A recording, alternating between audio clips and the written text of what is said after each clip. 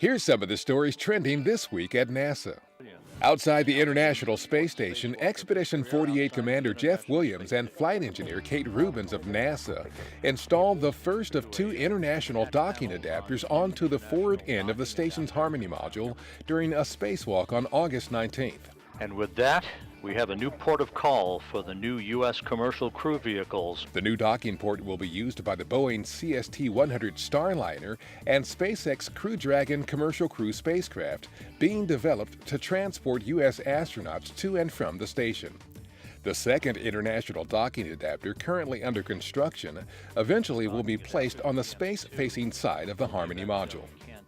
On August 15th at Cape Canaveral Air Force Station in Florida, engineers installed the crew access arm and white room that astronauts will use to board Boeing's CST-100 Starliner spacecraft prior to launches atop the United Launch Alliance's Atlas V rocket. This milestone completes the major construction of the first new crew access tower to be built along Florida's Space Coast since the Apollo era. The Starliner system will be certified by NASA's Commercial Crew Program to fly crews to and from the International Space Station under a contract with the agency. August 17th marked the 10-year anniversary of the agency's Commercial Cargo Resupply Program, or COTS, which returned American cargo resupply missions to U.S. soil and laid the groundwork for the effort to return American launches of humans to space. A NASA social held on August 18th at the agency's Michoud Assembly Facility in New Orleans, Louisiana, and the Stennis Space Center near Bay St. Louis, Mississippi provided an opportunity for social and traditional media to see the progress the agency is making on the journey to Mars. The event included exhibits of NASA's robotic scientific exploration of the Red Planet, tours of manufacturing facilities at Michoud, where construction is underway on the core stage for the Space Launch System rocket, and a test firing at Stennis of one of the RS-25 rocket engines that will power the SLS. The SLS will be the world's most powerful rocket and launch astronauts in the agency's Orion spacecraft on deep space missions, including to an asteroid and eventually to Mars. NASA's Asteroid Redirect Mission has reached a key developmental milestone known as Key Decision Point B, or KDP-B. The milestone clears the mission to proceed to the next phase of design and development for the mission's robotics segment.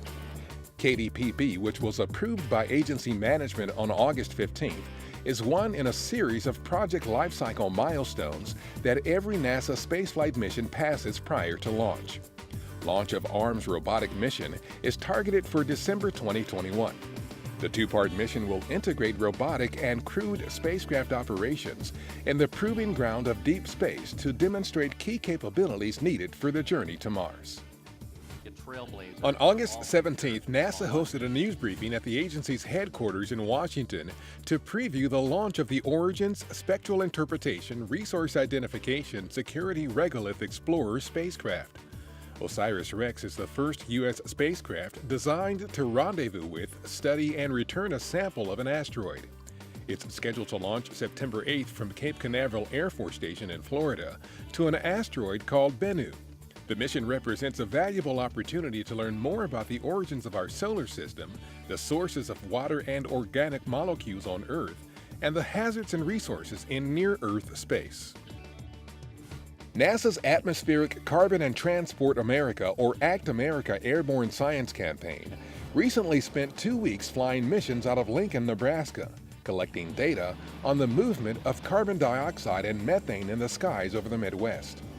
America's agricultural heartland is ripe with greenhouse gas fluxes due to the methane produced by livestock and carbon dioxide consumed by crops there. ACT America moves to Shreveport, Louisiana for the final leg of the 2016 flight campaign, with flights over the Gulf of Mexico and the dense forests of the Southeast. And that's what's up this week at NASA. For more on these and other stories, follow us on social media and visit www.nasa.gov/twan.